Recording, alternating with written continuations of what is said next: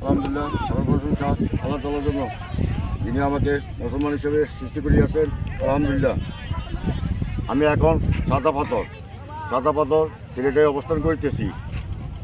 মনোরম দৃশ্য, প্রাকৃতিক জিনিস দেখতে আলাদা একটা মজা, আলাদা একটা স্বাদ। ইনশাল্লাহ সবাইকে দেখার জন্য চেষ্টা করবো ইনশাল্লাহ।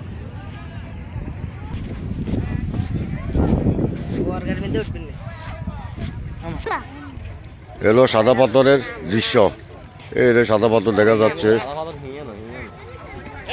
এই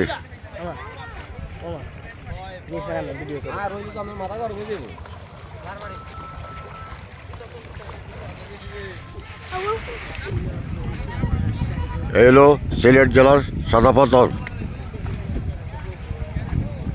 এলো আমাদের ছেলেমেয়েরা এই সাদা পাথর।